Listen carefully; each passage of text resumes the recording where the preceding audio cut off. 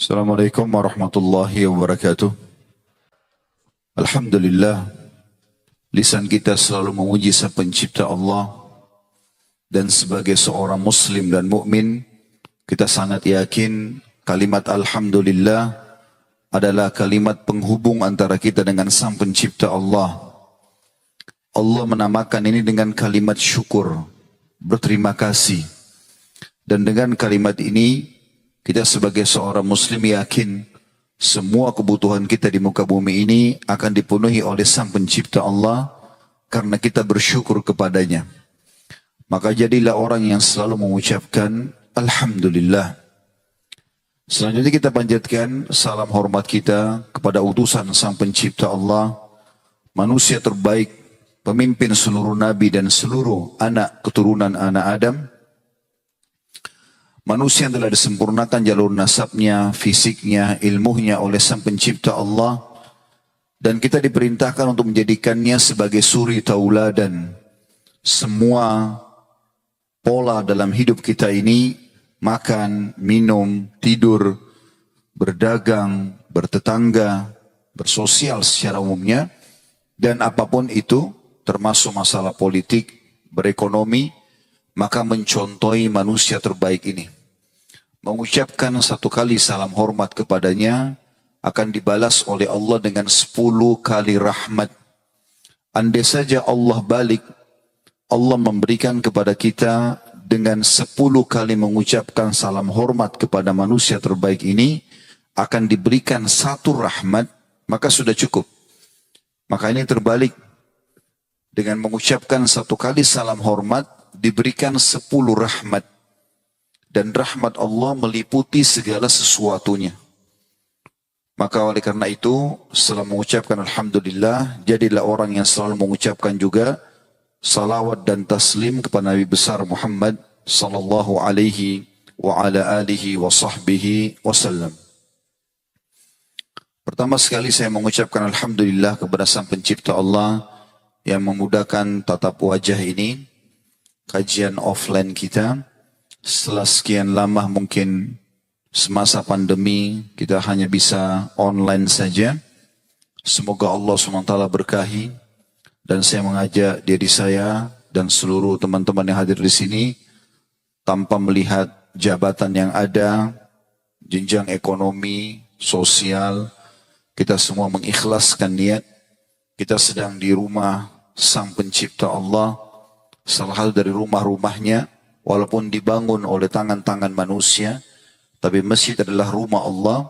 Dan ini tempat yang paling Allah cintai di muka bumi adalah masjid-masjidnya. Maka ikhlaskan niat kita. Yang tadinya datang hanya karena tidak enak sama atasan, yang datang hanya karena tidak enak sudah diundang, tidak enak dengan tetangga, dengan orang tua, dengan mertua, dengan teman-teman, semua itu dihilangkan. Sebelum kita mulai majelis ilmu ini, ikhlas karena Allah. Allah tidak akan menerima sebuah amal yang akan menambah timbangan amal kita pada hari kiamat kecuali yang ikhlas karenanya. Kata Nabi Muhammad SAW, Inna Allah la yakbalu amalan illa ma kana khalisan liwajhi. Allah tidak akan pernah menerima satu amalan kecuali yang ikhlas karenanya. Dan dalam sebuah hadis qudsi, Allah Subhanahu wa taala berfirman, aku adalah sebaik-baik sekutu. Siapa yang menyekutukanku dengan sesuatu, maka kau akan menyerahkan kepada seluruh sekutuku itu. Dalam hadis yang lain ada seorang sahabat mengatakan, ya Rasulullah, bagaimana pendapat Anda kalau ada orang berperang karena Allah sekaligus juga mencari reputasi supaya dia punya nama harum, dipuji oleh orang? Apakah dia dapat pahala? Kata Nabi SAW, tidak. 3 kali orang itu mengulangi, kata Nabi SAW, tidak. Allah tidak akan menerima amalan kecuali yang ikhlas karenanya. Jadi jaga ini teman-teman sekalian. Keikhlasan niat yang membuat apa yang sudah kita kerjakan akan ada hasilnya. Kalau tidak, maka semua tidak akan ada hasilnya. Percuma saja. Bagi orang yang selalu beramal hanya karena menunggu pujian orang, maka ketahuilah pujian orang hanya sepanjang lidah dia saja. Kamu hebat, kamu dermawan, kamu kaya, kamu pintar, kamu gagah, kamu cantik. Setelah itu apa? Apakah badan kita tambah gemuk? Apakah kita bertambah pintar? Apakah kita bertambah kaya dengan pujian mereka? Demi Allah tidak. Yang ada justru kita akan berbangga diri atau ujub dalam bahasa agama kita. Dan juga riya, berbangga-bangga, akhirnya musnahlah semua amal yang sudah kita kerjakan. Tidak ada manfaatnya sama sekali. Dinukil sebuah kisah, istri dari Harun al-Rashid, julukannya Zubaidah. Namanya dia Amatullah. Zubaidah ini artinya mentega. Mentega itu karena kalau dilihat warnanya bersih dan lembut sekali, mulus. Karena Zubaidah ini ratu yang sangat cantik. Istri suaminya dia Harun Rashid, raja pada saat itu yang terkuat di muka bumi. Salah satu khalifah raja yang ada di dinasti Abbasiyah, termasuk yang terkuat di Abbasiyah. Kerajaan Islam yang besar. Orang ini suka sekali bersedekah. Luar biasa sedekahnya gitu. Seorang ratu, apapun harta yang dia milikin, baik diberikan oleh suaminya atau dia dapat warisan dari orang tuanya, semuanya disedekahkan. Dan sedekahnya unik-unik. Kalau teman-teman satu waktu pergi ke Mekah, lewat dari Arafah ke Muzdalifah, tempat haji, di situ di sisi kanan jalanan, sampai hari ini masih ada sebuah bangunan seperti benteng kecil. Itu dibangun oleh Zubaidah. Tujuannya untuk membawa air zam-zam di masa itu dari Masjidil Haram ke Arafah. Jaraknya jauh sekali. Dibawa dengan unta-unta, digentong-gentong besar, lalu dituangkan di tempat saluran air itu supaya jemaah haji bisa minum. Siapa saja yang mau pergi haji, digratisin sama dia. Setiap kali ada jihad di jalan Allah, dia biayai. Semuanya penuh dengan sedekah hidupnya. Semua keluarganya dibantu. Tidak pernah ada orang susah kecuali Zubaidah terlibat dalam kebaikan itu. Bangun masjid, rumah anak yatim, segala macam hal yang dia lakukan. Subhanallah, pada saat dia meninggal, orang-orang berbicara mengatakan orang ini ahli surga. Salah satu ponakan dia yang biasa dia bantu, mimpi, tantenya ini datang dalam mimpinya. Dikatakan kisahnya begitu. Lalu dalam mimpi orang tidak bisa mengatur cerita. Tiba-tiba saja ponakannya mengatakan, "Tante, bagaimana keadaanmu?" Kata tantenya, "Allah sudah memaafkan saya." Lalu kata ponakannya, "Bagaimana dengan seluruh amal yang sudah kau lakukan? Pembiayaan jihad, pembangunan masjid, sumur-sumur yang telah kamu gali, pengadaan air zam-zam buat jemaah haji di Arafah." Kata dia, semuanya tidak ada yang diterima. Allah memaafkan saya karena sholat malam yang saya kerjakan ikhlas karena dia. Tidak ada yang lihat. Selama ini semua itu terlibat di dalamnya pujian yang saya harapkan dari orang sehingga tidak diterima.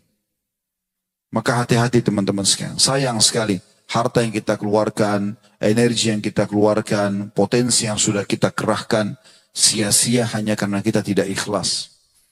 Ikhlas teman-teman sekalian karena Allah. Bagi teman-teman di sini pejabat yang hadir, diikhlaskan niatnya menjabat dan menunggangi jabatan tersebut untuk mendapatkan ridha Allah Subhanahu wa taala. Setiap yang Anda tanda tanganin, yang Anda titahkan, maka akan menjadi amal yang sangat luar biasa karena tidak semua orang punya wewenang untuk itu. Pembangunan masjid, rumah anak yatim, sarana prasarana dan segala macam hal. Begitu juga teman-teman yang lainnya, seperti kita sekarang hadir dalam majelis ilmu ini, maka ikhlaskan niat supaya semuanya berpahala. Kata Nabi SAW, siapa yang keluar dari rumahnya ikhlas ingin menuntut ilmu, maka dia seperti mujahid di jalan Allah. Di dalam hadis yang lain, siapa yang keluar dari rumahnya ikhlas karena Allah, maka dia mendapatkan pahala haji lengkap. Duduk begini saya di majelis dapat pahala haji lengkap, tapi ikhlas karena ingin menuntut ilmu. Jadi bukan kena ajakan orang, bukan kena tidak enak dan seterusnya. Juga dalam majelis ilmu saya perlu ingatkan tidak perlu kita melihat siapa yang menyampaikan. tapi apa yang disampaikan. Kalau disampaikan benar, qala Allah, Allah berfirman sebagai pencipta, qala Rasulullah sallallahu alaihi wasallam, Rasulullah SAW, sudah maka ambil dan terima. Walaupun penampilan dia biasa, biar penampilannya seperti matahari indahnya, tapi kalau yang disampaikan sesuatu yang bertolak belakang dengan apa yang Allah Subhanahu wa taala perintahkan dan Rasulullah SAW ajarkan, maka kita tolak. Juga sebelum kita mulai teman-teman sekalian, mohon maaf saya tidak bisa sebutkan satu persatu jajaran pemerintahan. Saya dengar tadi ada wakil bupati, ada ketua DPR, ya, ada Pak Haji juga pemilik masjid, dan banyak sekali mungkin teman-teman yang dari aparat yang saya tidak bisa sebutkan satu persatu. Mohon maaf, bukan saya tidak menghormati, tetapi kita, ya, karena saya selain tidak menghafal semua nama-nama, juga kita berada di sini sama semuanya insyaAllah di rumah Allah Subhanahu wa ta'ala. Allah lah yang telah membedakan jenjang status kita, tapi tanpa mengurangi penghormatan, maka kami tidak sebut satu persatu, dan insyaAllah itu sudah diketahui oleh kita semua tentang jabatan ini. Baik, kami diundang di sini. Terima kasih jazakumullah khairan kepada seluruh teman-teman yang terlibat untuk bahasanya peresmian masjid, ya. Karena masjid ini, maka memang yang kami bahas adalah masalah masjid itu sendiri, keutamaan masjid. Saya akan mulai teman-teman sekalian apa yang kita bahas ini dengan firman Allah Subhanahu wa taala. Bagi yang berminat untuk melihat bisa dilihat di Al-Quran di handphonenya. Dalam surah At-Taubah, surah nomor 9 ayat 18. Allah menyebutkan tentang masjid ini. A'udzu billahi minasyaitonir rajim. Innama ya'muru masajidallahi man amana billahi wal yawmil akhir wa aqamas shalah. Wa aqamas salata wa ataz zakata wa lam yakhsha illallah fa'asa ulaika an yakunu minal muhtadin. Artinya, sesungguhnya yang memakmurkan masjid-masjid Allah, yang menjadi pengurusnya, ya, yang menjadi, ya, orang-orang yang memperhatikan masjid adalah orang yang beriman kepada Allah dan hari akhir, serta selalu mendirikan sholat, menunaikan zakat, dan tidak pernah takut dan tunduk kecuali kepada Allah. Maka mereka itu semoga termasuk orang yang mendapatkan petunjuk. Dari ayat ini teman-teman sekalian kita lihat ada perintah Allah Subhanahu wa taala untuk memakmurkan masjid. Artinya memakmurkan masjid itu membangunnya, merawatnya, menghidupkan kegiatan-kegiatan di dalamnya, serta menjauhkan masjid dari segala hal-hal yang diharamkan oleh Allah. Nanti akan kita jelaskan beberapa hal berhubungan dengan masalah ini. Kemudian juga ada hadis Nabi SAW yang mulia menjelaskan masalah ini. Hadis yang sahih diriwayatkan Imam Muslim nomor 671. Kata Nabi SAW, ahabbul biladi ilallahi masajiduha. Ketahuilah, tempat di muka bumi ini yang paling Allah cintai adalah masjid-masjidnya. Jadi kalau anda tinggal ada masjid di sekitar rumah anda, berarti anda berada di sekitar tempat yang paling Allah cintai di muka bumi ini. Wa abghadul biladi ilallahi aswaquha. Dan tempat yang paling Allah benci di muka bumi, bukan berarti haram, tapi Allah tidak suka adalah para pasar atau pasarnya. Karena di pasar berarti ada transaksi riba, ada sesuatu yang haram, ada kecurangan. Walaupun pasar boleh, Nabi SAW jalan ke pasar. Tapi kalau yang dimaksud di sini adalah, kalau mau dipilih antara masjid sama pasar, maka yang ditemukan adalah masjid yang terbaik. Tanpa kita harus meninggalkan pasar. Abu Hurairah radhiyallahu anhu, sahabat Nabi yang mulia, pernah melihat di masjid Nabi Muhammad SAW di Madinah setelah beliau meninggal, kosong. Sedikit sekali orang yang datang gitu. Dan pasar penuh sekali. Maka beliau pergi ke pasar Madinah. Lalu beliau berkata, wahai penghuni pasar. Orang semua melihat ke arah dia. Orang tahu Abu Hurairah sahabat Nabi yang mulia gitu. Lalu mereka kumpul semuanya. Waktu itu pasar mungkin tidak terlalu besar, orang kumpul semua. Lalu kata Abu Hurairah, kenapa saya melihat kalian masih sibuk di sini, Sementara warisan Rasulullah SAW lagi dibagi-bagi. Pikiran orang, kalau warisan itu apa? Harta. Langsung ke harta persepsinya. Maka orang di pasar semua bilang, di mana lagi dibagi-bagi warisan Rasulullah SAW? Kata Abu Hurairah, di masjid beliau. Maka spontan satu pasar meninggalkan pasar mereka. Pergi ke masjid. Toko-tokonya semua ditinggalkan. Kata Abu Hurairah, tinggalkan, tidak masalah. Saya akan menjaga pasar kalian. Saya tidak akan pergi ke sana. Maka pergilah mereka semua ke masjid. Abu Hurairah nunggu di pasar.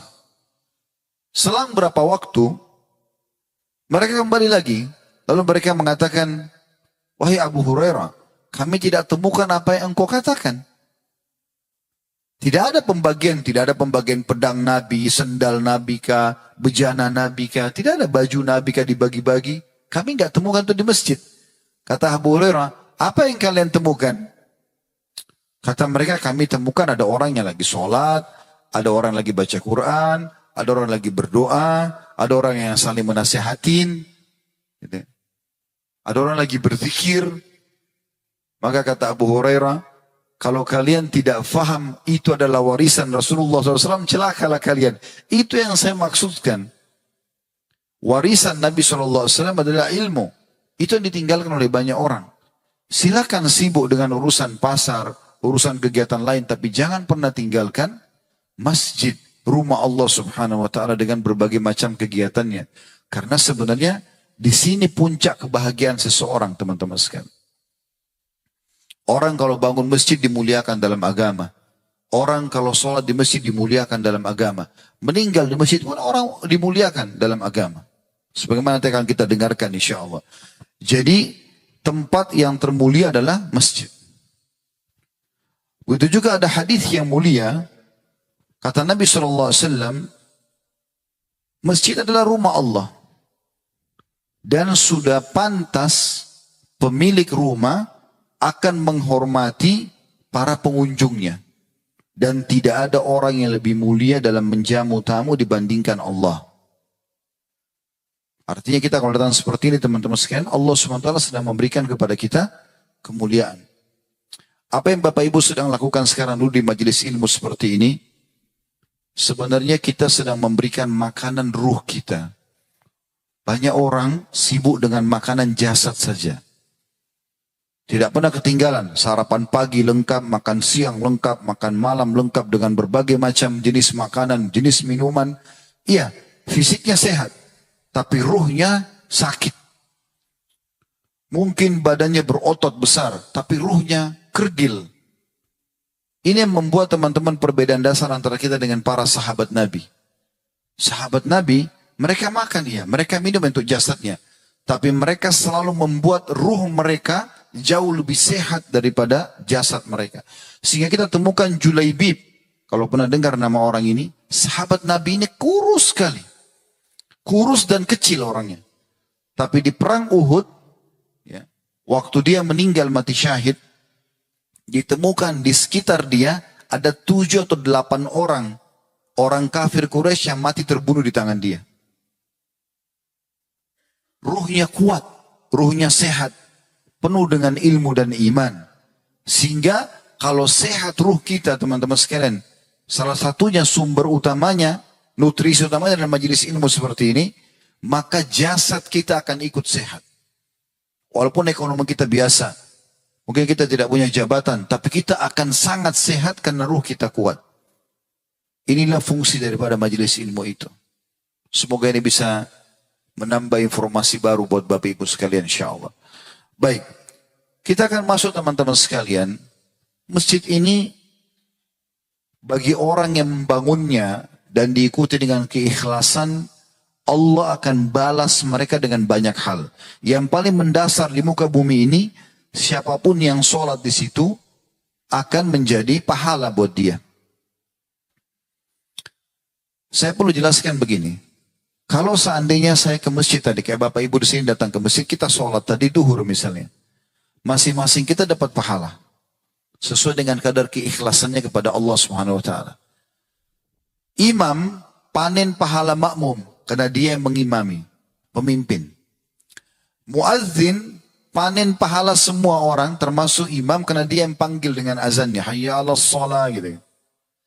Tapi ada sebagian masjid, ada orang-orang yang tidak hadir di masjid itu, tapi dia panen seluruh pahala termasuk muadzin. Siapa mereka? Yang membangun masjid itu. Dia hidup, dia lagi safar, dia tidak tinggal di kota itu, panen pahala orang yang sholat. Dia meninggal juga dia panen pahala orang yang sholat. Setelah dia meninggal, Allah subhanahu wa ta'ala akan bangunkan bagi dia istana di surga. Hadis-hadisnya cukup banyak. Di antaranya hadis yang sahih. Dari hadis Utsman bin Affan radhiyallahu anhu, beliau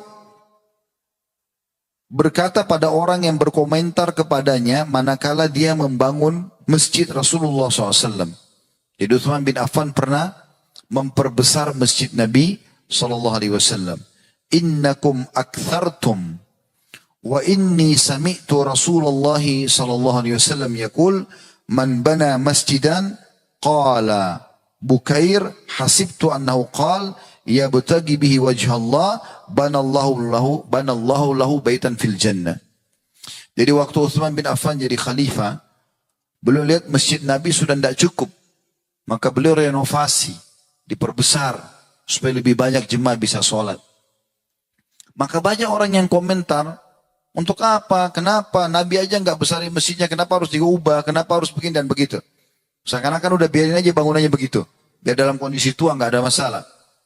Maka beliau mengatakan, ketahuilah, saya dengar sendiri, kata Utsman bin Affan, Rasulullah SAW bersabda, siapa yang membangun masjid, sedangnya merenovasi masjid, ya, kalau sudah rusak atapnya segala macam, dia renovasi, dia perbaikin, dia berikan yang terbaik untuk rumah Allah, maka Allah yang ikhlas karena Allah, maka Allah akan bangunkan baginya istana di surga.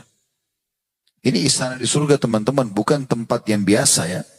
Bukan istana di sebuah kota besar. Tapi istana di surga ini sulit untuk dibayangkan. Karena kata Nabi Muhammad SAW, orang terendah derajatnya di surga, yang istananya paling biasa, ya, itu seperti yang dimiliki raja terkaya dunia 10 kali lipat. Anda tahu siapa raja terkaya dunia? Nabi Sulaiman alaihissalam. Nabi Sulaiman punya kerajaan yang tidak ada lagi orang miliki sebelum dan sesudahnya. Karena memang begitu dia minta kepada Allah SWT. Maka orang terendah di surga itu memiliki 10 kali lipat yang dimiliki oleh Sulaiman alaihissalam. Ini bukan main-main ini. Satu istana. Dan setiap kali kita melewatin sebuah masjid, kalau ada orang yang Allah berikan rezeki bisa bangun masjid seperti ini sendirian, Masya Allah. Tapi apakah hanya itu saja yang bisa mendapatkan istana di surga? Jawabannya tidak.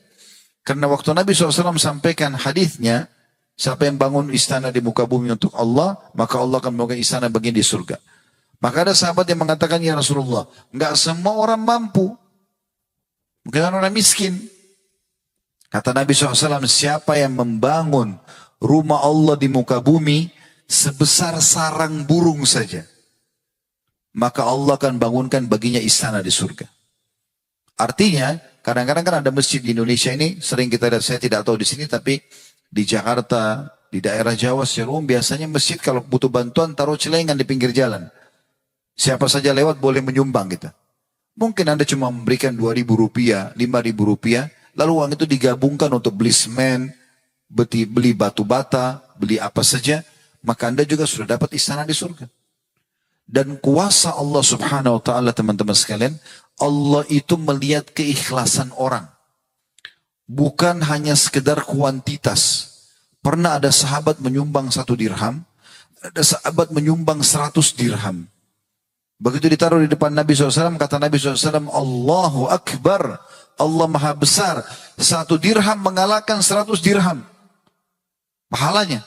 Kata para sahabat, ya Rasulullah, bagaimana kami fahami itu? Jelas secara kuantitas beda. Ini 1, ini 100. Sama dengan orang nyumbang 100.000, yang satunya 1 juta. Atau 1 juta sama 100 juta. Kata Nabi SAW, yang 1 juta ini lebih besar pahalanya. Kata para sahabat, bagaimana kami fahami itu ya Rasulullah? Kata Nabi SAW, karena yang menyumbang 1 dirham ini nggak punya kecuali itu. Allah catat dia menyumbang seluruh hartanya. Dan orang yang menyumbang 100 dirham punya banyak, jutaan dirham. Jadi itu jadi kecil buat dia. Jadi kalau Anda cuma punya 50 ribu, lalu Anda nyumbang 50 ribu, itu nilainya besar sekali di sisi Allah. Karena Allah catat Anda menyumbang seluruh harta. Dibandingkan orang yang menyumbang 1 juta rupiah, tapi dia punya 100 miliar uang. Maka kecil sekali 1 juta itu. Allah Maha Adil dalam memberikan penilaian. Karena Allah juga telah mengatur jenjang kita. Ada yang miskin, ada yang sedang, ada juga yang kaya raya. Maka Allah melihat kadar keikhlasan kita. Ini sebuah kemuliaan yang luar biasa. Dalam riwayat lain dikatakan, banallahu lahu mithlahu fil jannah. Allah akan bangunkan baginya seperti masjidnya itu di surga. Dalam riwayat yang lain juga, riwayat yang sahih, man bana, kata Nabi SAW, man bana lillahi masjidan qadra mafhasin qatatin banallahu lahu baitan fil jannah. Siapa yang membangun untuk Allah masjid di muka bumi sebesar sarang burung saja. Bahkan di sini disedaskan sarang burung belibis, burung yang kecil, paling kecil. Jadi burung yang paling kecil. Maka Allah membangunkan untuknya rumah di surga. Makin banyak kita menyumbang makin bagus. Dan subhanallah teman-teman, di masa kita sekarang ini mudah sekali untuk meraih pahala ini. Karena kita ada online sekarang. Zaman dulu, orang kalau mau misalnya mendengarkan masjid dibangun di Saudi, atau anggaplah di Indonesia dulu, mungkin di masa-masa awal, bahkan mungkin di fase tahun 1900-an lah, ya. Belum lama dari kita 100 tahun yang lalu, mungkin orang kalau mau menyumbang, maka dia pergi ke sana, bawa uang cash atau bawa emas ke sana. Di masa kita sekarang, dari atas ranjang kita bisa transfer uang. Bukan cuma di Indonesia, di seluruh dunia. Di bulan Ramadan kemarin juga saya sempat ingatkan jemaah. Ini Allah mudahkan, jangan sia-siakan. Zaman dulu, kalau kita mau buka puasakan orang di luar kota kita susah. Kan kata Nabi SAW, siapa yang buka puasakan orang yang puasa, dia dapat pahala seperti orang yang berpuasa tersebut, tanpa dikurangi sedikit pun dari pahala orang yang berpuasa. Dia dapat 10 pahala, kita dapat 10 pahala, hanya kita berikan segelas air, sebutir kurma dan seterusnya. Zaman dulu orang, belum ada bank, tidak bisa transfer, susah. Bagaimana dia bisa dapat pahalanya orang di kota lain atau di negeri lain? Sekarang, kita mau dimanapun bisa. Dari Indonesia ke Amerika, Anda bisa buka puasa kan orang di Amerika. Sekarang semua restoran bisa online. Kita kontak misalnya di kota New York misalnya, saya cari restoran terbaik, ada website mereka, kita tinggal masuk, kita tinggal pilih menu makanan, lalu kita transfer uang, masuk uang tersebut, minta diantarkan ke masjid ini misalnya, untuk buka puasain 100 jemaah, 200 jemaah, 300 jemaah di sana. Itu bisa. Anda mau buka puasakan orang di Saudi? Bisa. Di kota Madinah bisa. Anda tinggal punya koneksi di sana, siapa yang bisa menjalankan, seperti kami biasa lakukan, kita minta teman-teman mahasiswa di sana, tolong jalankan ini. Mereka tinggal kita transfer uang, mereka beli, padahal kita di Indonesia, kita panen pahala orang yang puasa di kota Madinah, di kota Mekah. Sekarang sangat mudah, jangan sia-siakan ini. Di masa kita sekarang ini Allah mudahkan luar biasa untuk dapat pahala teman-teman. Yang tidak dimudahkan untuk orang-orang sebelum kita. Itu luar biasa. Ya. Banyak hal yang Allah mudahkan di masa sekarang, jangan disia-siakan. Kalau dulu, Kisra itu, Raja Persia dicemburui oleh raja-raja lain karena dia punya bejana dari tanah liat terbaik. Itu kalau ya ditaruh air dalam hitungan beberapa saat sudah jadi dingin. Mereka nggak punya alat seperti kita sekarang. Itu raja dunia dicemburui oleh raja-raja lain karena punya kendi itu yang bisa langsung segera mengubah air yang biasa menjadi dingin dalam beberapa saat karena bagusnya kualitas tanah liatnya gitu. Sekarang kita bisa beli dispenser taruh. Ya. Minum yang panas, minum yang dingin. Ini juga bisa jadi sebuah program. Saya lihat di Saudi ya. Di Saudi itu hampir semua masjid ada dispensernya. Bukan untuk pengurus, tapi untuk jemaah. Sehingga jemaah yang masuk di masjid, kalaupun ada yang puasa Senin atau Kamis, mereka nggak usah keluar. Tinggal buat teh atau kopi dari masjid tersebut. Bisa kita letakkan. Semua orang bisa menikmati. Di yayasan kami pernah kami buat itu program dispenser buat masjid. Zaman dulu, Kaisar Romawi terkenal sekali. Dia dicemburui oleh raja-raja dunia di masanya dia. Karena dia punya dayang-dayang di kiri kanannya yang pegang kipas ya, dari bulu hewan itu sangat besar. Dari bulu onta. Burung onta. Itu sangat bagus dan kalau dikipas dia rasa dingin karena tidak ada AC. Sekarang kita bisa beli, setiap orang bisa beli AC lalu mendinginkan masjid itu. Bisa. Teman-teman sekalian, rumah Allah ini dimuliakan, dimakmurkan. Saya sayangkan sekali banyak orang, Allah mudahkan kakinya masuk ke satu masjid atau lewat, dan dia temukan ada kekurangan menurut dia masjid tersebut. Catnya mungkin sudah terkelupas, bangunannya sudah tua, mungkin pada saat dia masuk karpetnya kotor, mungkin panas. Yang dia lakukan bukan menangkap pesan ilahi pada dia, bagaimana kakinya Allah sampaikan ke masjid itu. Tapi dia malah keluar lalu menghina masjid tersebut. Masjid itu panas, masjid itu kotor. Sekarang teman-teman kalau ada yang berkunjung ke rumah kita, lalu kemudian dia keluar, dia mengatakan rumahnya orang itu kotor. Kita marah gak kira-kira? Kenapa yang kita lihat aibnya itu, lalu kita sebarkan. Bahkan kita mengatakan jangan sholat di masjid itu karena masjid itu kotor. Masjid itu panas. Akhi dan ukhti, saudaraku muslim. Allah sampaikan kaki kita ke masjid itu agar kita ada andil di situ. Kenapa tidak kita belikan kipas angin? Tidak belikan AC?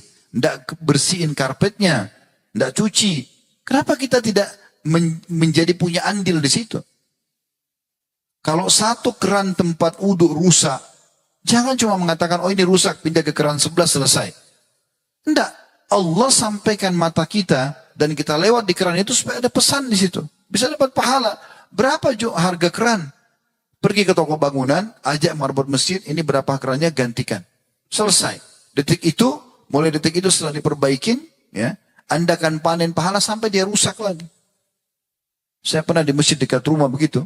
Saya masuk ke masjid, saya temukan ada satu keran, kok rusak, saya panggil marbotnya. Pak, ini kapan rusaknya? Oh, tadi pagi. Baik, bisa nggak diperbaikin? Oh, bisa. Baik, kira-kira berapa dibutuhkan? Sekian ratus ribu. Saya kasih uangnya, kemudian dia perbaikin. Saya datang sholat setelahnya sudah selesai. Karena duitnya sudah dikasih, dan semua bisa. Uang kita kasih buat dia, kasih buat tukangnya, alatnya sudah ada, selesai. Mulai dari sholat setelahnya sudah bisa dipakai. Coba anggaplah sebulan orang pakai sholat, satu hari 5 kali. Berapa banyak pahala yang kita panen? Jangan cuma yang dicari kekurangannya, tapi pesan apa yang Allah sampaikan kita ke situ. Kita ketemu sama orang miskin, ada pesan Allah di situ. Kenapa Allah pertemukan kita sama dia? Supaya kita bantu, dapat pahala. Kalau semua orang sudah kaya, semua orang sudah dapat hidayah, kita mau panen pahala dari mana kira-kira? Justru kekurangan orang, kekurangan fisik bangunan yang ada misalnya di masjid, itu ajang pahala yang besar buat kita. Ini harus difahami teman-teman sekalian. Maka kita bisa mendapatkan ya, istana di surga, walaupun hanya seperti sarang burung. Dalam riwayat lain, juga riwayat sahih yang diriwayatkan At-Tabarani, diriwayatkan Ahmad, diriwayatkan Al-Bazzar, ya. Kata Nabi SAW, kamafhasi qatatin libaydiha. Seperti sarang burung belibis untuk telurnya. Kalau sarang burungnya masih agak besar. Kalau hanya untuk telurnya lebih kecil lagi. Gitu. Seperti itu saja, maka Allah akan bangunkan baginya di surga. Riwayat yang lain dengan sanad hasan di ghairihi, diriwayatkan Imam Ahmad, kata Nabi SAW, man bana lillahi masjidan banallahu lahu baitan fil jannah awsa'a minhu. Sampai membangunkan rumah Allah di muka bumi, maka Allah akan bangunkan baginya istana lebih luas daripada itu, ya, di surga nantinya. Kemudian juga ada hadis yang lain riwayat Hasan, kalau ada yang Allah mudahkan untuk bisa membangun masjid tadi, apakah utuh besar langsung dia sendiri atau dia menyumbang yang kira-kira dia bisa nyumbang, ini akan menjadi amal jariah yang luar biasa buat dia. Renungi hadis ini teman-teman sekalian. Bagi orang yang berpikir ke akhirat supaya pada saat dia meninggal dia bisa punya amal jariah, maka dengarkan hadis ini. Kata Abu Hurairah radhiyallahu anhu, Beliau berkata, Rasulullah SAW bersabda, Inna mimma yalhaqul mu'mina min amalihi wa hasanati ba'da mauti. Sesungguhnya pahala-pahala yang terus menyusul seorang mukmin setelah dia meninggal adalah yang pertama, ilman 'allamahu wa nasyarah. Ilmu yang dia pelajari dan dia sebarkan. Jadi apapun yang Bapak Ibu sudah tahu dalam berhubungan dengan masalah agama ini, ajarkan kepada orang lain. Anda bisa lebih besar lagi, bangun sekolah, pesantren, maka itu luar biasa. Karena ilmu itu sekali kita ajarkan ke orang, maka itu akan melekat pada orang tersebut. Dia amalkan atau tidak. Ya. Itu ilmu adalah amal jari yang terbesar. Yang kedua, awwala dan salihin tarakah. Atau anak soleh yang dia tinggalkan. Bagaimana caranya supaya anak kita soleh? Perhatikan, harus pendapatan yang kita masukkan ke dalam badan dia halal. Harus halal. Baru anak itu bisa jadi anak soleh. Kalau pendapatannya haram, baru kita berharap anak kita menjadi hafidh Quran, menjadi seorang ulama ahli ibadah, nggak mungkin. Ya. Juga perhatikan pendidikannya. Masukkan ke lembaga-lembaga agama. Belajar agama. Ya. Kemudian yang ketiga, wa mushafan warrathahu, atau Quran yang dia wariskan. Maksudnya dia bagi-bagi Al-Quran sehingga dibaca, ditaruh di masjid, ditaruh di pesantren, dikasih di sekolah-sekolah tahfidz sehingga Quran itu dipakai baca. Yang keempat, au masjidan banah. Ini saksi bahasan kita, atau masjid yang dia bangun. Yang kelima, au baitan libni sabilin banah, atau rumah anak yatim yang dia rumah orang yang terputus jalan yang dia bangun. Misalnya Bapak Ibu ada kelebihan harta, ada rumah kosong, ada tanah kosong, Anda bangun bangunan di tanah kosong atau ada rumah kosong, Anda wakafin, siapapun yang lewat mau istirahat, musafir, silakan gratis. Itu namanya rumah untuk anak orang terputus jalan. Kemudian yang keenam, au nahran ajrah, atau sungai yang dia alirkan. Ya. Atau sumur juga bisa masuk di sini sehingga airnya dipakai untuk umumnya orang. Yang ketujuh, au sadaqatan ajra akhrajaha min malihi fi sihhati wa hayati yalhaquhu min ba'di mauti, atau sedekah yang rutin dia keluarkan di masa hidupnya yang bermanfaat setelah dia meninggal dunia. Baik, kita akan masuk teman-teman sekalian ke lebih dalam bahasan kita dan sekaligus insyaallah kita tutup dengan ini. Apa yang harus kita lakukan dengan rumah Allah Subhanahu wa taala? Yang pertama teman-teman sekalian yang harus diperhatikan adalah rumah Allah ini untuk ibadah dan bukan untuk yang lain. Maka jangan pernah teman-teman sekalian masukkan hal-hal yang melanggar agama di rumah Allah. Seperti misalnya kesyirikan. Menyekutukan Allah. Yang paling banyak terjadi kesyirikan ini di masalah kuburan. Kuburan. Jadi harus Bapak Ibu pisahkan antara masjid sama kuburan. Ya. Ada kubur di sebelah masjid berbeda pagarnya, nggak ada masalah. Di dalam masjid jangan. Ya. Karena banyak orang menyalahfahami masalah ini. Dia bilang dalam sholatnya, Iyyaka na'budu wa iyyaka nasta'in. Hanya kepadamu kami menyembah, hanya kepadamu kami minta tolong. Begitu selesai salam pergi kuburan minta sama orang mati itu. Mana komitmennya tadi, iyyaka, hanya kepadamu, hanya kepadamu. Ini tidak benar. Ya. Ini banyak terjadi. Mengkultuskan kuburan melebihi daripada seharusnya. Kuburan kita disunnahkan datang, mengucapkan salam, mendoakan mayit. Bukan kita kultuskan. Ini hati-hati. Di Indonesia banyak yang salah fahami masalah ini. Dari mana Anda katakan Ustaz? Ada dalilnya? Ada. Ada. Allah mengatakan dalam surah Jin, surah nomor 72, ayat 18. A'udzu billahi minasyaitonir rajim wa annal masajida lillahi fala tad'u ma'allahi ahada. Dan ketahuilah masjid itu adalah milik Allah, maka jangan kamu berdoa kepada selain Allah di masjid itu. Kemudian juga dalam hadis Nabi SAW, hadis riwayat Bukhari dan Muslim, la'anallahu al-yahuda wan nasara ittakhadha qubur anbiya'ihim masajid. atau masjid. Allah melaknat kaum Yahudi dan kaum Nasrani karena mereka menjadikan kuburan nabi-nabi mereka sebagai masjid. Jadi nggak dibolehkan. Dan ulama mengatakan kalau kuburan masjid itu ada, baru kuburan ditaruh di dalamnya, maka kuburannya dibongkar, dipindahin ke kuburan muslimin, masjid murni. Kalau kuburan dulu baru masjid, masjidnya yang dirobohkan. Karena tujuannya untuk kuburan, bukan untuk Allah subhanahu wa ta'ala. Jadi ini harus difahami teman-teman sekalian. Jangan sampai kita lakukan ini ya. Makanya Imam Nawawi rahimahullah mengatakan, saya heran dengan orang-orang yang minta-minta ke kuburan, walaupun itu kuburan orang saleh, sementara dalam kuburan adalah orang seperti dia, tapi sudah jadi tulang belulang. Apa yang dia bisa berikan? Perlu teman-teman garis bawahi dan tangkap secara akal sehat ya. Nabi Muhammad SAW meninggal di rumah Aisyah radhiyallahu anha. Dan semua nabi-nabi, kalau anda tanya, kenapa Nabi dikubur dalam rumah, dalam bangunan? Karena memang ada hadis Nabi SAW yang berbunyi semua nabi-nabi dikubur di tempat mereka meninggal. Khusus nabi-nabi. Di mana mati di situ dikubur. Semua nabi begitu. Beda dengan kita. Kalau kita manusia biasa, kita dikubur di kuburan muslimin. Tapi nabi-nabi di mana dia mati di situ dikuburkan. Nabi Muhammad SAW meninggal di kamar Aisyah, ya, maka di situlah dikuburkan. Setelah dikubur Nabi Muhammad SAW, Ummul Mu'minin Aisyah masih hidup teman-teman sekalian puluhan tahun setelah itu. Aisyah masih hidup di masa kejayaannya Abu Bakar 2 tahun. Di masa kejayaan Umar 10 tahun.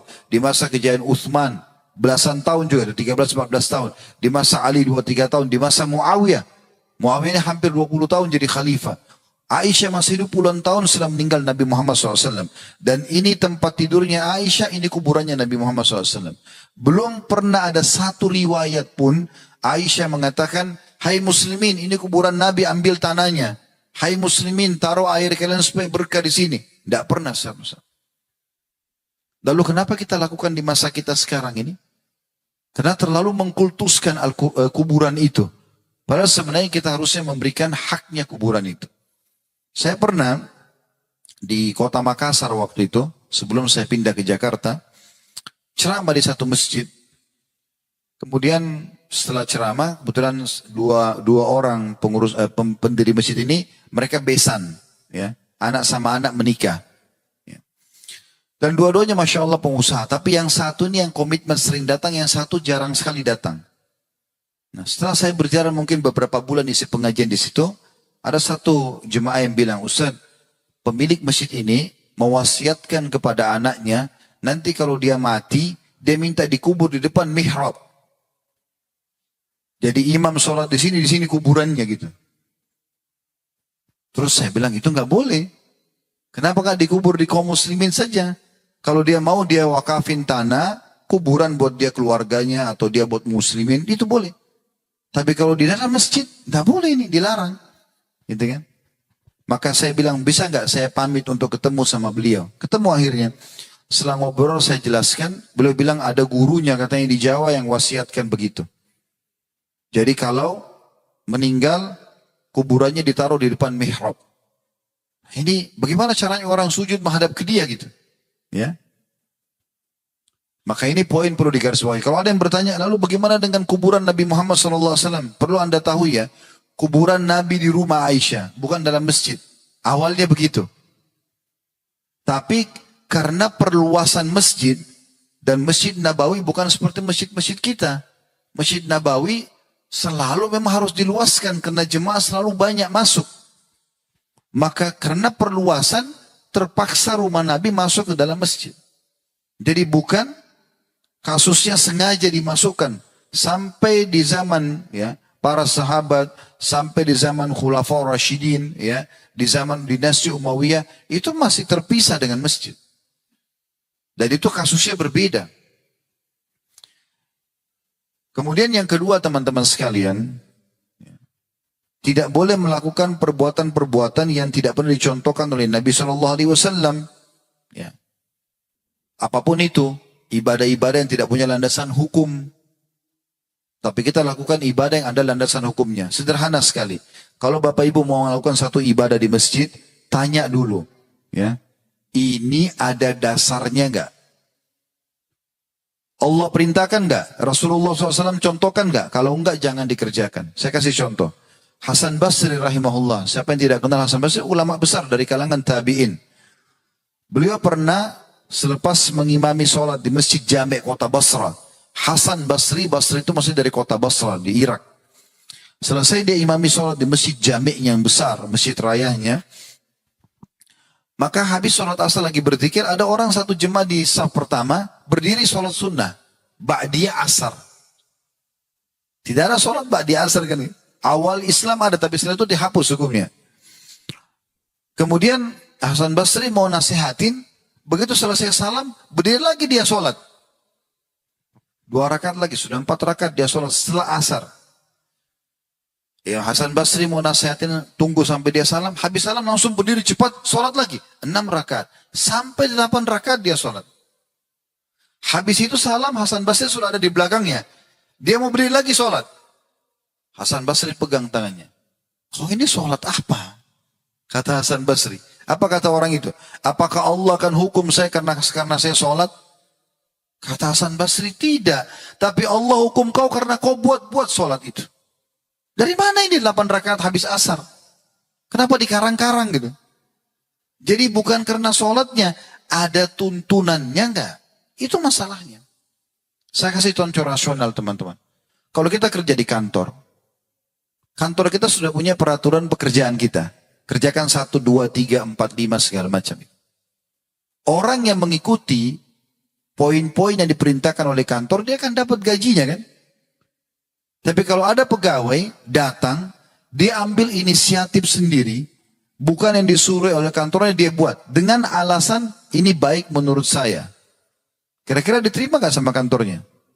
Tentu saja tidak. Karena dia kerjakan bukan yang diinginkan oleh kantor. Contoh yang lain. Kalau seandainya ada orang kerja di satu perusahaan, ini supaya mudah difahami ya. Kemudian dia datang, di kantor itu dia lihat, atau dia masuk ke ruangannya, kok temboknya warna putih ya? Kayaknya kurang bagus. Menurut saya, warna coklat yang bagus. Menurut dia, si pegawai ini. Ini kok komputernya merek ini ya? Atau misalnya karpet atau lantainya kok pakai marmer? Atau kenapa pakai keramik merek ini? Lebih bagus keramik warna ini. Di depan pintu perusahaan, tidak ada kembangnya. Kayaknya lebih bagus kalau dibelikan pot. Dia ambil inisiatif. Dari duit dia beli. Dia ganti cat kantornya coklat. Tanpa sesuai dengan keinginan pemilik kantor. Dia taruh kembang di depan pintu. Dia ubah komputernya. Kira-kira diterima nggak oleh pemilik perusahaan tersebut? Tentu saja tidak. Apa maksudnya teman-teman sekalian? Allah ini sudah mengutus Nabi Muhammad SAW menunjukkan kita ibadah yang harus kita kerjakan. Jangan ditambah-tambah. Jangan ditambah-tambah. Islam itu mudah, kata Nabi SAW. Dan tidak ada orang yang menyusahkan dirinya dalam Islam kecuali akan mengalahkannya. Maksudnya apa? Dia repotkan dirinya sendiri. Berapa kali kami bimbing umrah. Lalu kami bilang, insya Allah kita akan kerjakan apa yang dicontohkan Nabi Muhammad SAW. Lagi tawaf, lagi sa'i. Selesai umrah, hampir seluruh jemaah ya. Bukan 1, 2 orang. Berbicara, Ustaz, kok umrohnya ini kayak mudah sekali ya. Kayak enak gitu. Dulu waktu saya ikut travel itu kayak susah sekali. Banyak harus dikerjakan ini, itu. Saya bilang, ini dicontohkan. Dan memang agama mudah. Kapan kita kerjakan sesuai dengan contoh Nabi Muhammad SAW saja, agama akan mudah. Tapi kapan kita buat-buat akan sulit. Karena memang tidak ada panduannya. Ya, mengikuti sunnah itu mudah dan murah. Mudah dan murah. Orang mati kain kafan. Kubur selesai. Mudah. Tapi kalau orang tidak ikuti sunnah akan repot. Harus ini, harus itu, harus ini. Saya pernah hadapin paman saya meninggal dunia. Karena tidak ikuti sunnah, subhanallah, saya juga kaget gitu. Kain kafannya harus ada tulisan, harus ada yang tulis bahasa Arab. Entah apa, saya pun belajar bahasa Arab dari kecil tidak ngerti apa itu isinya. Kain kafan itu. Di kotak-kotak ada tulisan macam-macam dan dibuat kayak baju dipakein. Padahal sunnah Nabi SAW kain kafan tidak berjahit. Ya. Dilipat kalau laki-laki 3 lembar, kalau perempuan 5 lembar. 5 lembar perempuan lebih banyak supaya dadanya nggak terbentuk, gitu kan. Itu saja yang dibungkus di badan mereka. Selesai habis itu dikubur gitu. Sunnahnya mudah, tapi mereka repotkan. Kemudian harus ini, harus itu, harus ini. Banyak sekali hal yang dilakukan yang tidak pernah Nabi contohkan. Kenapa ini teman-teman sekalian? Allahu a'lam. Ini yang dilakukan. Makanya Nabi SAW mengatakan, Man ahdatha fi amrina hadha ma laysa minhu fahuwa raddun. Sampai yang berbuat yang tidak kami contohkan akan tertolak. Artinya sia-sia saja. Jadi yang pertama jangan syirik. Yang kedua jangan melakukan hal yang tidak contohkan oleh Nabi SAW. Yang ketiga teman-teman sekalian tidak boleh teriak-teriak dalam masjid. Tidak boleh teriak-teriak. Masuk dalam masalah ini kalau zaman kita sekarang ribut suara handphone. Masuk masjid silent. Nada deringnya musik, lagu pop, dangdut, orang lagi sholat. Bagaimana ini? Ya, kadang-kadang lagi khutbah. Sebelum masuk masjid, kalau perlu matikan. Kalau nggak mau dimatikan pun di silent. Hilangkan volume suaranya gitu kan. Karena pernah terjadi, As-Sa'ib bin Yazid Al-Kindi rahimahullah, seorang tabi'in berkata, aku pernah berdiri dalam masjid dan ketika itu ada seseorang yang melempariku dengan kerikil. Dan jadi pada saat itu dia lagi bicara sama orang, sama temannya ngobrol-ngobrol, tapi suaranya mengganggu jemaah yang lain gitu. Maka ada orang lempar dia dengan batu kerikil. Maka As-Sa'id bilang, begitu saya balik ternyata Umar bin Khattab yang lempar saya dengan batu. Gitu kan. Ada Umar bin Khattab lagi dalam masjid. Lalu Umar panggil. Sini. Dia sama teman yang lagi ngobrol, disuruh panggil. Kata Umar, ya, siapa kalian ini? Dia datang 3 orang dia. As-Sa'ib sama 2 orang temannya. 3 orang ini ngobrol, suaranya ribut gitu. Kata Umar, siapa kalian ini? Penduduk mana? Kata mereka, kami dari kota Taif. Kami dari kota Taif ini, kalau dari Madinah cukup jauh. Kalau dari Mekah sekitar 70-80 kilo. Tempat dingin. Ya. Kalau teman-teman lagi umrah, biasanya ada travel paket dengan kota Taif. Kota Taif ini kota yang pernah Nabi mau berdakwah tapi ditolak dakwanya awal-awal Islam. Gitu. Dan beliau pernah disusui di suku Halimah Sa'diyah. Suku Sa'diyah itu di kota Taif. Maka kata Umar bin Khattab, ya, kalau seandainya lau kuntuma min ahlil baladi lauja'tukuma. Kalau seandainya kalian berdua ini dari penduduk Madinah, maka saya akan cambuk kalian. Karena suara bicara di masjid ribut saja nih, ya. Kemudian beliau mengatakan, tarfa'ani aswatukum fi masjid Rasulullah sallallahu alaihi wasallam. Kalian berdua mengangkat suara kalian di dalam masjid Rasulullah sallallahu alaihi wasallam. Jadi maksudnya kalau bicara pun yang penting teman-teman sekalian. Mendesak, ngatur saf, mau nanya di mana Quran, ada penting, terima telepon, keluar dulu dari masjid. Jangan ganggu orang lain. Ya. Ada orang lain yang mau zikir, orang lain baca Quran. Saya berapa kali masuk masjid begitu habis sholat subuh, kan ada zikir pagi biasanya. Kita zikir tenangkan diri. Tapi ada orang yang bicara ngobrol mengganggu orang lain. Gitu kan? Maka sebaiknya dihindari. Ini termasuk. Kemudian teman-teman sekalian yang keempat adalah tidak boleh jual beli dalam masjid. Transaksi jual beli. Jangan Anda bayangkan transaksi ini bawa barang dagangan lalu taruh di masjid. Itu salah satunya. Itu sudah jelas-jelas gitu. Tapi banyak orang tidak paham. Transaksi jual beli termasuk melalui handphone. Ya udah mobil itu saya jual sekian. Tapi dulu di masjid. Enggak, keluar ke halaman sana. Enggak boleh. Transaksi jual beli enggak boleh dalam masjid. Apapun sifatnya. Keluar dari masjid. Ya. Karena Abu Hurairah meriwayatkan sebuah riwayat. Bahwasanya Rasulullah SAW bersabda.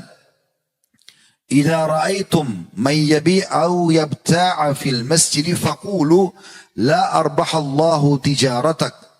Kalau kalian melihat ada orang yang transaksi jual beli, membeli atau menjual dalam masjid, ya menjual atau membeli dalam masjid, maka ucapkan kata Nabi SAW, kita disuruh doakan dia. Doa apa? Semoga bisnismu tidak untung. Nabi suruh doakan begitu kalau dia dagang dalam masjid. Wa idza ra'aitum man yanshidu fihi dhallah faqulu la raddallahu alaik. Dan kalau kalian temukan ada orang yang sengaja mengiklankan barang yang hilang di masjid, bilang semoga Allah tidak kembalikan. Jadi begitu, tidak boleh transaksi jual beli dalam masjid, dilarang. Ya. Dan ini hal yang mendasar sekali harus difahami teman-teman sekalian. Tapi di masa kita sekarang, yang penting digarisbawahi adalah transaksi melalui handphone. Itu juga masuk. Karena semua jual beli masuk dalamnya. Di antaranya masalah ini. Ya. Juga ada hadis Nabi SAW. Ini selanjutnya. Tidak boleh orang, teman-teman sekalian, mengiklankan barang tadi ya. Mengiklankan barang di dalam masjid. Kalau hilang.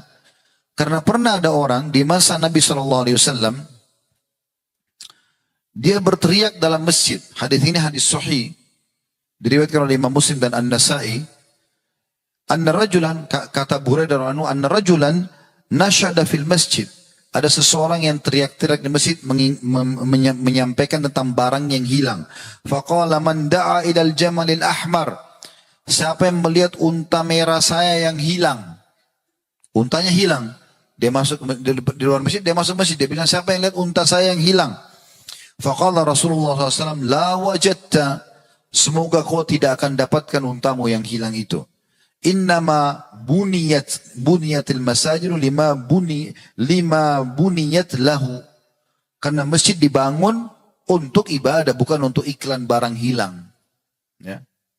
Ini termasuk yang diingatkan. Kemudian juga yang harus diperhatikan teman-teman sekalian, ya, yang kelima adalah membersihkan masjid. Membersihkan dan menjaga masjid. Ya.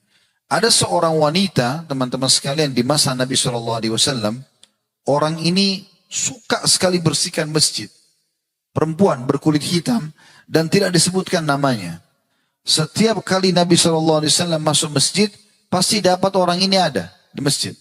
Dan dia lagi sapu-sapu masjid sendiri. Lillahi ta'ala saja, nggak digaji, nggak apa gitu. Dia bersihkan masjid. Maka pada saat dia meninggal, ya, satu hari Nabi SAW datang sholat, lihat habis sholat biasanya ibu itu sapu-sapu. Kok nggak ada ibu itu? Ditanya Nabi SAW. Nabi tanya kepada para sahabat, mana ibu yang biasa nyapu masjid? Kata mereka sudah meninggal tadi ya Rasulullah. Jadi waktu itu sholat asar, yang duhurnya meninggal orang itu. Sudah dikubur. Kata Nabi SAW, kenapa kalian tidak sampaikan kepada saya supaya saya juga ikut menyaksikan jenazahnya? Kata para sahabat, ya Rasulullah, kami nggak mau sibukkan Anda. Seakan-akan sahabat ini ingin mengatakan, itu kan orang tidak dikenal, orang cuma biasa sapu-sapu masjid gitu kan. Maksudnya tidak mau sibukkan Nabi harus hadiri jenazahnya. Kata Nabi SAW, tunjukkan mana saya kuburannya. Lalu Nabi menziarahi kuburannya, perempuan itu. Sebagai bentuk penghormatan, karena biasa membersihkan masjid. Ya. Itu disebutkan dalam hadis sahih, diriwayatkan oleh Imam Bukhari dan Imam Muslim gitu. Dan cukup banyak hadis-hadis Nabi SAW berhubungan dengan masalah itu. Di antaranya ada hadis Nabi SAW yang harus kita garis bawahi. Hadis ini diriwayatkan Ahmad Tirmidzi dan hadis ini sahih menurut Syekh Albani. Dari Samurah bin Jundab radhiyallahu anhu beliau berkata, amarana Rasulullah SAW an nattakhidal masajida fi diyarina wa amarana an nudadhifaha. Nabi SAW perintahkan kami untuk membangun masjid-masjid di daerah-daerah kami dan beliau memerintahkan kami agar selalu membersihkannya. Jadi jangan Anda menganggap, oh masjid itu yang bangun Pak Haji ini, ya udah biarin aja dia yang urus. Enggak. Anda juga harusnya punya tanggung jawab. Kalau Anda masuk masjid, lihat karpetnya ada kotoran, angkat saja. Bekas tisu, bekas kotoran. Anda juga kalau datang harus buka puasa dan bisa atau makan, angkat kembali kotorannya, bersihkan. Jangan tunggu, gitu kan. Semua perbuatan yang kita lakukan, Allah akan nilai. Jangan tunggu. Apalagi rumah Allah subhanahu wa ta'ala. Di dalam hadis yang lain, hadis ini juga hadis sahih. Diriwayatkan oleh Imam Ahmad. Kata Aisyah radhiyallahu anha, amarana Rasulullah SAW bibina'in masajid fid duar wa an tunadzafa wa tutayyab. Rasulullah SAW memerintahkan kami membangun masjid di daerah-daerah yang kami tinggal. Jadi usahakan jangan pernah ada komunitas muslim kecuali ada masjidnya. Dan agar dibersihkan juga diberikan wewangian. Diwangikan masjid itu. Ya. Saya tahu ada masjid di Jeddah. Itu teman-teman setiap Jumat dibakarkan kayu gaharu 1 kilo. 1 kilo itu kayu gaharunya mahal sekali. Bisa puluhan bahkan ratusan juta harganya. Hanya untuk membuat supaya jemaah itu merasa harum pada saat masuk ke masjid. Jadi kita mungkin sekarang sudah ada pewangi-pewangi yang bisa kita lakukan. Ya. Maka atau kita letakkan ini termasuk hal yang Dianjurkan sekali. Masuk dalam masalah ini teman-teman sekalian, masih di poin yang ke-5 ya, tentang masalah tidak bolehnya atau harusnya dianjurkan membersihkan masjid. Tidak boleh orang justru mengotori masjid, termasuk masalah kencing di masjid. Ya. Mungkin Anda bilang, masa sih bisa terjadi? Ya bisa saja, mungkin ada orang bawa anak kecil, lalu dia biarkan anak kencing di masjid. Mungkin kalau orang dewasa tidak mungkin terjadi, tapi pernah terjadi di zaman Nabi SAW gitu. Nabi lagi duduk pengajian dengan beberapa sahabat, ngobrol, ada orang masuk, orang Badui masuk masjid, langsung tiba-tiba buka celana kencing di masjid. Sahabat-sahabat yang duduk langsung marah, gitu kan? Mau menyerang dia. Orang ini karena belum faham, dia karena lagi kencing mau diserang, jadi nyebar kemana-mana kencingnya. Maka Nabi SAW kasih isyarat agar sahabat-sahabat duduk. Orang itu karena tidak faham, dia lanjutkan kencingnya. Setelah selesai dia kencing, Nabi SAW datang kepada lalu mengatakan, sabda beliau yang masyhur dalam hadis riwayat Muslim, inna hadhil masajida la tusluh li syai'in min hadzal baul wala al-qadar innama hiya li dzikrillah azza wa jalla was salati wa qiraatil Quran. Ketahuilah masjid ini dibangun atau masjid ini tidak pantas untuk digunakan kencing ataupun kotoran yang lainnya. Nah, masjid dibangun hanya untuk berzikir, sholat dan membaca Al-Quran di dalamnya. Ini termasuk perintah Nabi SAW. Ya. Kemudian yang keenam teman-teman sekalian, tidak boleh masjid dijadikan tempat lewat. Misalnya Anda ada hajat di sebelah sana, daripada putar dari belakang lewat di sini.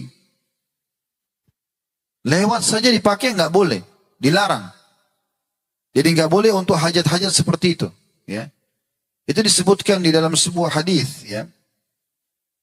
Hadis ini hasan sahih diriwayatkan oleh At-Tabarani. Kata Nabi SAW, وَلَا تَتَّخِذُوا الْمَسَاجِدَ طُرُقًا إِلَّا لِذِكْرٍ أَوْ صَلَاةٍ. Janganlah kalian menjadikan atau mempergunakan masjid sebagai sarana untuk berlewat-lewat. Ya, lula-lalang. Dia hanyalah untuk tempat sholat dan berzikir. Berzikir dan sholat. Jadi ini anjurannya ya. Begitu juga teman-teman sekalian, masuk dalam poin ini, yang keenam adalah tidak boleh orang junub masuk dalam masjid. Dalam kondisi junub ya. Misalnya rumah Anda dekat masjid, mati air di rumah, nggak ada air, Anda mau mandi di masjid. Ya. Dalam kondisi junub. Ke kamar mandi masjid. Daripada mutar jauh, lewat dalam masjid. Ini nggak boleh. Dalam keadaan junub tidak boleh. Allah sebutkan dalam Al-Quran surah An-Nisa ayat 43. A'udzu billahi minasyaitonir rajim. Ya ayyuhalladzina amanu la taqrabus salata wa antum sukara hatta ta'lamu ma taqulun wa la junuban illa abiri sabilin hatta tagtasilu. Hai orang beriman, janganlah kalian salat sementara kalian dalam keadaan mabuk sampai kalian faham apa yang kalian ucapkan, dan jangan pula kalian masuk masjid dalam keadaan junub kecuali kalian ya atau hingga kalian mandi, Yang ketujuh teman-teman, tidak boleh masuk ke dalam masjid dalam kondisi selesai makan bawang. Ya. Tapi di sini bawang mentah ya. Bawang mentah. Kalau bawang sudah digoreng, dimasak, nggak ada masalah. Itu ada secara khusus itu, larangannya. Kata Nabi SAW, Man akala min hadhi syajara, yakni thum fala yakrabanna masjidana.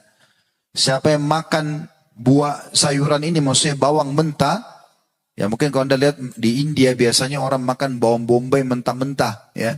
Nah, itu dimakan begitu saja sama nasinya mereka. Nah, itu biasanya mendatangkan bau mulut. Kata Nabi SAW, siapa yang makan dari ya makanan tanaman ini, maka jangan dekati masjid kami sampai dia bersihkan mulutnya ya. Umar bin Khattab menjelaskan, mengatakan sampai dia memasaknya ya sampai matang. Kalau sudah dicampur dengan sayuran, sudah matang, sudah masak, gak ada masalah. Tapi sebenarnya inti pesan di sini adalah, teman-teman sekalian, jangan masuk dalam masjid dalam kondisi badan kita, mulut kita bau, mengganggu orang lain. Maka anjurannya bersiwak ya, pada saat kita lagi di masjid ya. Ini poin juga harus diketahui. Poin selanjutnya, yang ketujuh adalah, masuk ke dalam masjid ada adabnya, masuk dengan kaki kanan, keluar dengan kaki kiri. Ini sederhana tapi berpahala. Ada doanya pada saat masuk masjid, yaitu kita membaca dengan setelah masuk kaki kanan, Bismillah, dengan nama Allah, wassalatu ala Rasulillah, dan semoga salam dicurahkan kepada Rasulullah sallallahu alaihi wasallam. Allahumma gfirli dhunubi waftahli abwaaba rahmatik. Ya Allah, ampunilah dosaku dan bukakan untukku pintu rahmat. Ada baiknya kalau kayak masjid-masjid kita seperti ini, kalau ada print atau stiker bisa ditempel di depan pintu masjid supaya orang setiap masuk bisa membaca, itu bagus sekali. Ya, ditata dengan rapi sehingga dia bisa baku, atau memang mungkin dibuatkan seperti batu khusus yang ditulis indah kaligrafinya, itu tulisan doa masuk masjid di pintu utama sehingga orang setiap lewat bisa baca. Atau mungkin kalau kita pakai layar TV sekarang di depan pintu masjid, kalau masjidnya besar dia mau pasang layar TV ada digital berjalan doa masuk masjid supaya semua orang tahu masalah ini bagus. Ya, hadis ini diriwayatkan Ibnu Majah, Tirmidzi, dan hadis ini adalah hadis yang sahih. Masuk masjid, keluar dengan kaki kiri dengan membaca doa Bismillah wassalatu wassalamu ala Rasulillah. Bismillah wassalamu ala Rasulillah, dengan nama Allah dan semoga salam tercurahkan kepada Nabi Muhammad SAW. Allah maghfir li dhunubi, ya Allah maafkan dosaku, waftah li abwaaba fadlik, dan bukakanlah untukku semua pintu-pintu rahmatmu. Yang kedelapan, dianjurkan agar Anda sholat tahiyat masjid. Sholat penghormatan terhadap masjid. Ya. Itu sesuai dengan sabda Nabi SAW, hadis yang sahih.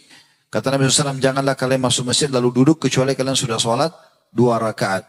Cuma memang yang perlu digarisbawahi di poin ini teman-teman sekalian, kalau seandainya kita masuk masjid, ya, kemudian kebetulan kayak tadi duhur, kita ada sholat sunnah qabliyah masjid misalnya. Sholat qabliyah duhur ya. Sholat qabliyah duhur, maka kalau kita sudah sholat qabliyah duhur, sudah gugur sholat tahiyat masjid itu. Tapi kalau secara khusus teman-teman mau datang waktu duha, ada pengajian di masjid kantor, di masjid dekat rumah, Anda masuk, Anda sholat 2 rakaat tahiyat masjid sebagai bentuk penghormatan. Dan ini saking mulianya masjid sampai dianjurkan agar ada ya sholat tahiyat masjidnya, ya. Dan hati-hati teman-teman sekalian dari masalah mengotori masjid ya. Kembali saya ingatkan, ada hadis Nabi SAW, tadi lupa saya sampaikan ini. Kata Nabi SAW, man tafala tujahal qiblah ja'a yaumul qiyamah wa tafluhu baina ainai. Siapa yang meludah di masjid, ya, apalagi menghadap kiblat, maka dia akan datang sementara ludahnya ada di wajahnya. Hadis ini riwayat Abu Daud. Dan pernah di zaman Nabi SAW terjadi ada orang meludah di masjid, ya. Kemudian Nabi SAW lihat lalu beliau marah sekali. Ya, kemudian setelah itu beliau mengambil menutup ludah itu dengan tanah karena waktu itu belum ada keramik. Ya, kemudian beliau meletakkan wangi-wangian di situ, wangi-wangian. Selanjutnya teman-teman sekalian dianjurkan untuk tidak sengaja membunyi-bunyikan tangan. Ya, biasa kita sering bunyikan tangan dalam masjid. Itu disebutkan dalam hadis Nabi SAW dengan sanad sahih. Sebenarnya tujuannya supaya tidak mengganggu orang juga ya. Tapi Nabi SAW mengatakan, "Idza tawadda ahadukum thumma kharaja 'amidan ila shalah, fala yushabbikanna baina yadayhi fa innahu fi shalah." Kalau kalian berwudu kemudian keluar menuju salat ke masjid, maka janganlah memasukkan jari-jarinya, tangannya sebagian kepada yang lainnya. Ya. Dia beginikan atau dia bunyi-bunyikan ya. Karena sungguhnya dia dalam keadaan sholat. Dia masih dalam keadaan sholat. Ini riwayat Imam Ahmad dan Abu Daud. Dan riwayat Ahmad yang lain berbunyi, dakhala alaihi Rasulullah SAW fil masjid wa qad syabbaktu. Dakhala alaihi Rasulullah SAW wa qad syabbaktu baina asabi'i faqala ya Ka'b, idza kunta fil masjid fala tushabbikanna baina asabi'ik fa anta fi salatin man tadarta as-salah. Wahai, kata Ka'b radhiyallahu anhu, satu waktu pernah Rasulullah SAW masuk ke masjid, menemukan saya lagi di masjid, kemudian saya lagi memasukkan tangan-tangan saya di antara jari-jari ini, gitu kan? Lalu kata Nabi SAW, wahai Ka'b, kalau kau lagi di masjid, jangan kau masukkan jari-jarimu satu sama yang lain atau membunyikannya, karena sesungguhnya kau sedang dalam sholat. Ini ditukarkan dengan hadis lain, Nabi SAW melarang kita untuk membunyikan jari sementara sholat. Yang terakhir teman-teman sekalian, jangan gunakan untuk hajat-hajat dunia. Duduk ngobrol kosong, ya, kumpul-kumpul saja, meeting di masjid. Ini tidak boleh. Beranjak daripada hadits Hasan dari Abdullah bin Mas'ud radhiyallahu anhu, beliau berkata, "Sayakunu fi akhir zaman qaumun yakununa hadithun fi masajidihim laisa Allahu fihim haja." Nanti akan datang di akhir zaman, masjid-masjid mereka itu hanya digunakan yang tidak ada hajatnya Allah SWT, tidak ada hajat untuk Allah sama sekali di situ. Artinya Nabi SAW melarang masalah ini. Dan ini hal-hal yang dianjurkan dalam masalah masjid yang harusnya dijaga oleh setiap muslim. Semoga insya Allah kita bisa amalkan ini. Dan mohon maaf kalau memang sedikit agak panjang materinya. Mudah-mudahan bisa dimaklumi insya Allah. Dan kita mendapatkan informasi baru. Dan semoga semua yang sudah menyumbang buat masjid diterima oleh Allah Subhanahu Wa Taala. Yang belum menyumbang, Allah SWT mudahkan satu waktu nanti bisa membangun masjid. Dan insya Allah nanti malam kita ada acara di Masjid Raya Sopeng, ya. Masjid Raya. Nanti kita akan bahas tentang cara cerdas dalam beribadah. Di antaranya masalah niat kita akan singgung insya Allah panjang lebar. Mudah-mudahan teman-teman bisa hadir. Bagaimana caranya bisa meraih pahala orang-orang yang banyak hartanya, banyak ibadahnya, sementara kita tidak mampu melakukan seperti mereka. Kita akan singgung insya Allah di sore hari atau di malam hari nanti di Masjid Raya dengan izin Allah.